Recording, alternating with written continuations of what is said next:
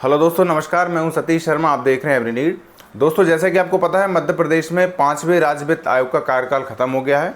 1 अप्रैल 2026 से 6वें राज्य वित्त आयोग की प्रोसेस शुरू हो गई है। और यदि ग्राम पंचायतों को 6वें राज्य वित्त आयोग की राशि प्राप्त करना है तो उसके लिए पोर्टल पर कुछ एंट्री करना पड़ेगी। जी हाँ दोस्तों, पंचायत दर्पण पोर्टल पर 6वें वित्त आयोग से संबंधित कुछ आधारभूत, कुछ मूलभूत जानकारी भरने के लिए ऑप्शन दे दिया गया है। तो आज की वीडियो में मैं आपको लाइव पूरी प्रोसेस करके बता रहा हूँ कि किस तरह से कहाँ पे वो ऑप्शन आपको मिलेगा, क्या क्या जानकारी आपको 6वें राज्य वित्त आयोग के संबंध में पोर्टल पर अपने लॉगिन से दर्ज करनी होगी। तो चलिए दोस्तों, शुरू करते हैं।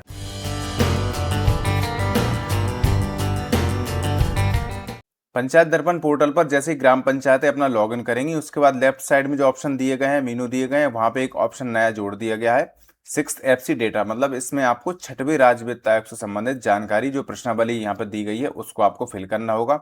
जैसे ही आप इस पर क्लिक करेंगे, यहाँ पे आपको जानकारी भरने के लिए ऑप्शन मिलता है जीपी डेटा अपडेट। तो इस पे जैसे माउस पॉइंटर आप लेके जाएंगे, यहाँ पे आपको अलग अलग पार्ट में अलग अलग सब सेक्शन वाइज आपको जानकारी भरने के लिए ऑप्शन यहाँ पे दिए गए हैं। और सबसे लास्ट में आप देखेंगे प्रिंट ग्राम पंचायत डिटेल्स। तो इस पे आपको सुझाव यही दूंगा मैं, सबसे पहले जो भी जानकारी इसमें पूछी जा रही है वो इस पे क्लिक करके आप एक बार आपका ब्लैंक जो है पीडीएफ फॉर्मेट में, सारे क्वेश्चंस एक पीडीएफ फॉर्मेट में उसको प्रिंट कर लें। उसके बाद ऑफलाइन उसको भर लें, तैयार कर लें। उसके बाद यहाँ पे आके उसी को देख के आप यहाँ पे ऑनलाइन कर लें। मतलब यहाँ पे एक जाइए, आपको सारे क्वेश्चंस मिल जाएंगे जिसके संबंध में यहाँ पे जानकारी पूछी गई है, जानकारी भरना है आपको। सबसे पहला पार्ट 1 जो है वो है ग्राम पंचायत का विवरण। तो इस पर जब आप क्लिक करेंगे, यहाँ पे आप देखेंगे पार्ट फर्स्ट में भी आपको 5 तरह के कॉलम दिए गए हैं। 5 तरह की जानकारी आपको एक एक करके फिल करना होगा। यहाँ पे आप नीचे देखेंगे आपको एडिट का बटन दिया गया है, इसी बटन पे आपको क्लिक करना है। एक एक करके सभी हमको जानकारी यहाँ पे भरनी होगी। जैसे आप इस पर क्लिक करते हैं, आप देखेंगे नीचे आपको कुछ जानकारी भरने के लिए ऑप्शन आ जाते हैं। जैसे नीचे स्क्रॉल करेंगे, आप देखेंगे टोटल जो पार्ट फर्स्ट का फर्स्ट पॉइंट जो है उसमें आपको इस तरह की जानकारी आपको टोटल आपकी पंचायत से संबंधित भरना है। मैंने भी यहाँ पे जानकारी भर दी है। ग्राम पंचायत का क्षेत्रफल वर्ग किलोमीटर में, जितना भी आपकी पंचायत का क्षेत्रफल है वो आपको यहाँ पे डालना है। आप इसमें पटवारी साहब की मदद ले सकते हैं। इसके बाद आपकी पंचायत में कितने गांव सम्मिलित हैं उनको आपको यहाँ पे टिक लगाना होगा। ग्राम पंचायत के अंतर्गत ग्राम सभाओं की संख्या डालना है। ग्राम पंचायत की जनसंख्या 2001 में डालना है, 2011 में डालना है। जनपद मुख्यालय से दूरी किलोमीटर में डालना है। पक्की सड़क से या कच्ची सड़क से या रेल से कितनी है वो आपको डालना है। इसके बाद सरपंच और उप सरपंच सहित जो पंचों की संख्या, उसके हिसाब से आपको महिला कितनी है, पुरुष कितने हैं, ओबीसी कितनी है, एससी कितनी है, एसटी कितनी है, ये सारी जानकारी आपको भरने के बाद नीचे कैप्चा कोड डालना है और अपडेट बटन पर क्लिक करना है। ये देख सकते हैं सक्सेस हो गया। मतलब पार्ट फर्स्ट का जो पहला कॉलम था, 5 तरह की आपको जानकारी भरनी है, तो जो पहला कॉलम था वो आप देख सकते हैं यहाँ पे अपडेट हो गया है। और इस पार्ट की जो जानकारी आपको भरना है उसका भी देखिए आप, स्टेटस 20% आपने भर दिए। मतलब 5 हमको भरना है इस पार्ट में से, तो 5 में से हमने एक पार्ट भर दिया। बाद में आप इसको एडिट भी कर सकते हैं। यहाँ पे आप ये सुविधा आपको दी गई है, यदि आपने कोई जानकारी गलत भर दी हो या कुछ चेंज करना हो तो आपको फिर से इसी बटन पे क्लिक करके आप इसको एडिट भी कर सकते हैं। इसी तरीके से पार्ट फर्स्ट जो है उसका सेकंड वाला जो कॉलम है उसको आपको भरना है, डेटा 2। तो इसको आपको एडिट बटन पे क्लिक करेंगे तो इसकी जानकारी भी आपको यहाँ पे नीचे ओपन हो जाएगी। इसको आपको फिल करना होगा, जिसमें कि ग्राम पंचायत की बैठक संबंधी जानकारी दी गई है। यहाँ पे आपको 4 वर्ष दिए गए हैं, चारों वर्ष की जानकारी आपसे पूछी जा रही है। ग्राम पंचायत की बैठक के संबंध में ये जानकारी है। आप ग्राम सभा की बैठक इसको ना समझे, ग्राम पंचायत की बैठक है ये। इसमें किस वर्ष में कितनी बैठक आयोजित हुई, कितनी स्थगित हुई, उन सभी बैठकों में औसत पुरुषों की पंचों की संख्या कितनी रही और औसत महिला पंचों की संख्या कितनी रही। मैंने भी यहाँ पे सारी जानकारी भर दी। इसके बाद कैप्चा कोड डाल के अपडेट बटन पर क्लिक करना है। ये भी सक्सेस हो गया। हमारा सेकंड फर्स्ट पार्ट का जो सेकंड डेटा था वो भी हमने भर दिया। इसी तरीके से थर्ड डेटा पे क्लिक कर लेते हैं। तीसरा डेटा जो है उसमें ग्राम सभा की बैठक के संबंध में जानकारी है। अभी इससे पहले हमने ग्राम पंचायत की बैठक भरी है, अब ग्राम सभा की बैठक। उसी तरीके के कॉलम आपको यहाँ पे दिए गए हैं, सभी आपको भरना है। उसके बाद कैप्चा कोड डाल के अपडेट बटन पे क्लिक करना है। ये भी सक्सेस हो गया, थर्ड जानकारी भी भरी हुई। इसके बाद पार्ट फर्स्ट का डेटा 4 मतलब चौथे नंबर की जानकारी आपको भरना है। तो इसके लिए यहाँ पे एडिट बटन पे क्लिक करते हैं। तो यहाँ पे काम से संबंधित जानकारी आपको भरने के लिए ऑप्शन आ रहा है। तो यहाँ पे सबसे पहले ईयर सिलेक्ट आपको करना है। इस ऑप्शन में आपको आपके पंचायत के कामों के संबंध में जानकारी भरना है। वर्क डिटेल्स यहाँ पे ऑप्शन दिया गया है। यहाँ पे ड्रॉप डाउन लिस्ट ओपन करेंगे, यहाँ पे आपको 4 साल दिए गए हैं, सभी साल में आपको अलग अलग करके जानकारी भरना है। तो सबसे पहले हम 22-23 सेलेक्ट कर लेते हैं। यहाँ पे कैप्चा कोड डालना है और सर्च वर्क पे क्लिक करना है।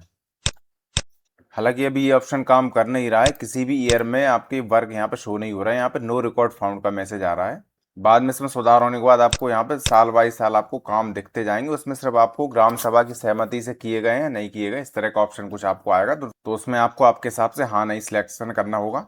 अभी हमें ये डेटा 4 पे क्लिक करके देखा था, इसमें जानकारी अभी खुल नहीं रही। अब डेटा 5 भी देख लेते हैं हम, पार्ट फर्स्ट का 5 नंबर की जो जानकारी है उसको भी हम देख लेते हैं भर के। जैसे एडिट पे क्लिक करते हैं, संपादित कार्य चिन्हित करें, यहाँ पे चेक बॉक्स दिए गए हैं, आपके हिसाब से आपकी पंचायत के हिसाब से आपको जीपी मीटिंग एक्टिविटी डिटेल्स के संबंध में जानकारी है, तो उसको आपको चेक बॉक्स पर टिक लगाना है और उनको सेव डिटेल्स पे क्लिक करना है।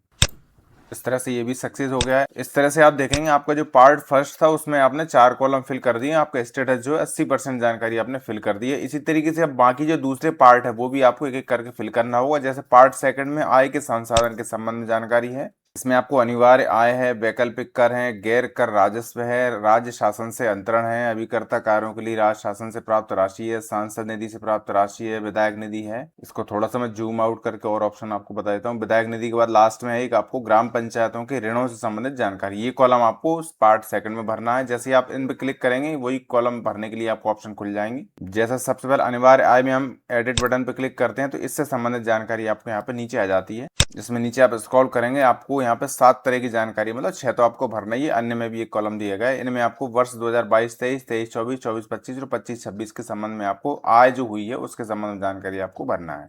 आपकी पंचायत के हिसाब से जो जिस ईयर में जो भी आपकी राशि प्राप्त हुई हो, आय जो इनकम हुई हो, आपको वहाँ पे एंटर करने के बाद आप नीचे सेव डिटेल्स पे क्लिक करना है। इसमें वर्षवार जहाँ पे जो आय हुई है वो तो आपको एंटर करना ही है, जहाँ पे आय नहीं हुई है उसमें आपको खाली नहीं छोड़ना, उसमें आपको अमाउंट में 0 डालना पड़ेगा, तब आपका डेटा सेव होगा। ये सारा कॉलम भरने के बाद, सभी कॉलम्स भरने के बाद आपको सेव डिटेल्स पे क्लिक करना है। इस तरह से ये भी सक्सेस हो गया है। फिर से जाते हैं हम पार्ट सेकंड पर। अब यहाँ पे देखेंगे पार्ट जो सेकंड का फर्स्ट जो हिस्सा था अनिवार्य आय वाला वो अपडेटेड हो गया। इसी तरीके से वैकल्पिक कर जो है उसमें भी आपको जानकारी भरना है, वो भी 3-4 साल उसमें भी आपको यहाँ पे शो हो रहे हैं। यदि आपकी पंचायत में किसी अन्य तरह का वैकल्पिक कर आपने यदि लिया हो तो यहाँ पे उसको टाइप करना है और यहाँ पे उसकी राशि डालना है, कितने रुपए का कर आपने टैक्स आपने वसूल किया, उसके बाद सेव डिटेल्स पे क्लिक करना है।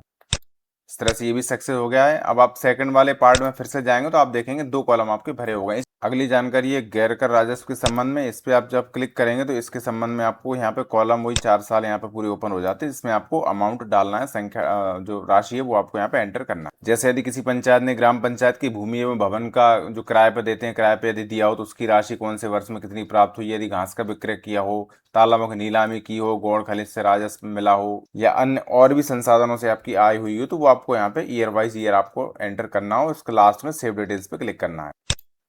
यहाँ भी सक्सेस का मैसेज आ गया। इसके बाद पार्ट सेकंड में फिर से हम चलते हैं तो इस तरह से 3 कॉलम आपने भर दिए, बाकी अन्य कॉलम भी आपको एक एक करके क्लिक करके भरना होगा। इसके बाद दूसरे पार्ट भी हम देख लेते हैं। पार्ट 3 में आप जाएंगे ग्राम पंचायत का वार्षिक व्यय। इस पर जब आप क्लिक करेंगे यहाँ पे आपको वही 4 साल आपको दिए गए हैं, चारों साल में आपको कौन कौन से मद में कितना आपका व्यय हुआ है वो आपको यहाँ पे एंटर करना होगा। यहाँ पे आपको बहुत सारे मद दिए गए हैं, तो आपकी पंचायत के हिसाब से जिस मद में जितना खर्च हुआ है वो आपको अमाउंट डाल के यहाँ पे सेव डिटेल्स पे क्लिक करना होगा। इसके बाद हम देखते हैं पार्ट 4 में आपको ग्राम पंचायत द्वारा सार्वजनिक सेवाएं अधोसंरचना संबंधी जानकारी है। इस पर जब आप क्लिक करेंगे यहाँ पे भी आपको कुछ बेसिक डिटेल्स आपकी ग्राम पंचायत के संबंध में आपको भरना है और लास्ट में आपको कैप्चा कोड डाल के यहाँ पे अपडेट बटन पे क्लिक करना होगा। तो ये जानकारी मैं भर देता हूँ मैं। ये भी सक्सेस हो गया, सारी जानकारी मैंने भर दी। इसके बाद हम यहाँ पे देखेंगे जो पार्ट 4 था उसमें अपडेटेड जानकारी यहाँ पे आ गई, मतलब हमने जानकारी पार्ट 4 की भर दी है। इसके बाद पार्ट 5 में जन भागीदारी संबंधित जानकारी है। इसमें भी आपको पिछले 4 वर्षों के संबंध में जानकारी भरना है। यदि आपने जन भागीदारी से कोई काम किया है तो वो वर्ष आपको सिलेक्ट करना होगा, किस वर्ष में काम किया है। इसके बाद यहाँ पे कार आईडी, मतलब वर्क कोड जो जनरेट किया होगा उसका वर्क आईडी डालना है, उसका कार का नाम लिखना है, जनता द्वारा राशि दी गई वो आपको डालना है, पंचायत का हिस्सा डालना है, कुल व्यय डालना है और उसकी वर्तमान स्थिति क्या है वो आपको यहाँ पे सिलेक्ट करना होगा। यदि एक से ज्यादा काम है तो आपको यहाँ पे ऐड बटन से क्लिक करके दूसरे कॉलम भी यहाँ पे, दूसरी रो भी आप यहाँ पे जोड़ सकते हैं। इसके अलावा 2 चीज और भी हैं इसी में। क्या जन भागीदारी से किए जाने वाले कार्यों हेतु नागरिकों द्वारा पहल की जाती है, तो हाँ नहीं, जो भी आपको लगता हो आपकी पंचायत के साथ उसको वो आपको सिलेक्ट करना होगा। दूसरा है जन भागीदारी से किए जाने वाले कार्यों के संबंध में पंचायत की क्या पहल है वो आपको यहाँ पे टाइप करना है। इसके बाद नीचे कैप्चा कोड और अपडेट बटन पे क्लिक करना है।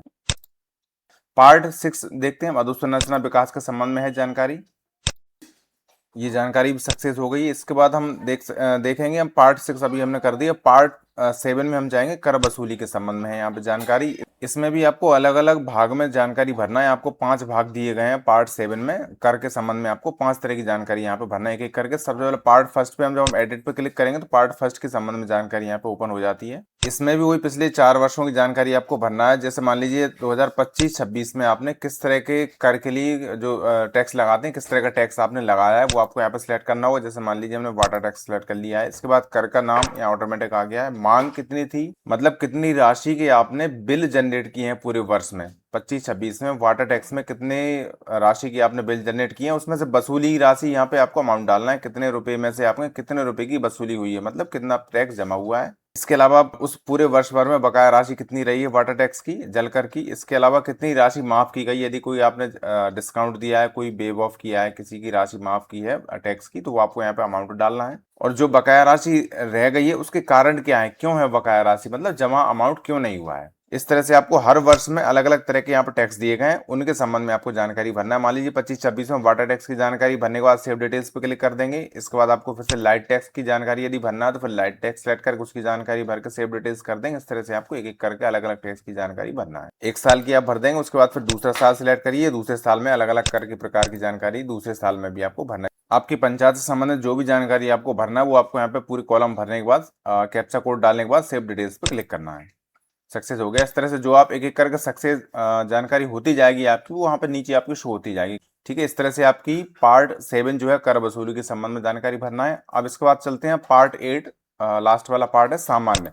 यहाँ पे सिर्फ 4 तरह के ऑप्शन आपको दिए गए हैं, वो 4 तरह के ऑप्शन आपको हाँ नहीं पे टिक लगाना है। प्रशिक्षण हेतु सुझाव में आपको आपको टाइप करना है जो आपको सुझाव देना चाह रहा है, नीचे आपको कैप्चा कोड डालना है और अपडेट बटन पे क्लिक करना है। यहाँ पे मैंने भी सभी जानकारी फिल कर दी है। आप सेकंड वाली जो जानकारी है अंकेक्षण ऑडिट वाली जो जानकारी है उस पर यदि आपने हाँ पे टिक करेंगे तो फिर आपको उसकी पीडीएफ भी यहाँ पे अपलोड करना पड़ेगा। जो पिछले वर्ष की प्रतिवेदन होगा आपका ऑडिट वाला, उसको आप यहाँ पे पीडीएफ बना के अपलोड कर दीजिए। और लास्ट में फिर हम अपडेट बटन पे क्लिक कर लेते हैं।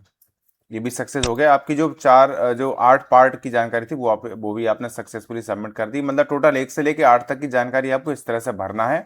और किसी भी पार्ट में किसी भी ऑप्शन में यदि आपने कोई एडिट करना हो अभी फिलहाल, तो एडिट का भी ऑप्शन वहाँ पे अवेलेबल है, आप उसको जानकारी को कभी भी एडिट कर सकते हैं। और लास्ट में आप देखेंगे प्रिंट ग्राम पंचायत डिटेल्स, इस पे जब आप क्लिक करेंगे तो आपने जो जानकारी भरी है, स्टार्टिंग में हमने ये ऑप्शन इसलिए बताया था कि ये कॉलम आपके खाली हुए एक बार पीडीएफ के रूप में इसको प्रिंट कर लें ताकि आपको ऑफलाइन भरने में सुविधा हो जाए। तो जब स्टार्टिंग में जब आप बिना भरे ये जानकारी क्लिक करेंगे तो यहाँ पे आपको सारी जानकारी खाली कॉलम आपको यहाँ पे मिलेंगे। और इसके बाद पूरा भरा जाएगा, पूरा भरा हो गया उसके बाद आप फिर से इसको प्रिंट लेंगे तो आपकी जो जानकारी फिल की है वो आपकी प्रिंटेड जानकारी, भरी हुई जानकारी आपको इस फॉर्मेट में आ जाएगी। इस तरह से सभी ग्राम पंचायतों को पंचायत दर्पण पोर्टल पर 6वें राज्य वित्त आयोग से संबंधित जानकारी भरना है। तो इस वीडियो को आप जल्दी से जल्दी सभी पंचायतों तक भेज दीजिए ताकि वो इस वीडियो की हेल्प से अपनी अपनी जानकारी पोर्टल पर जल्दी फीड कर सकें। धन्यवाद।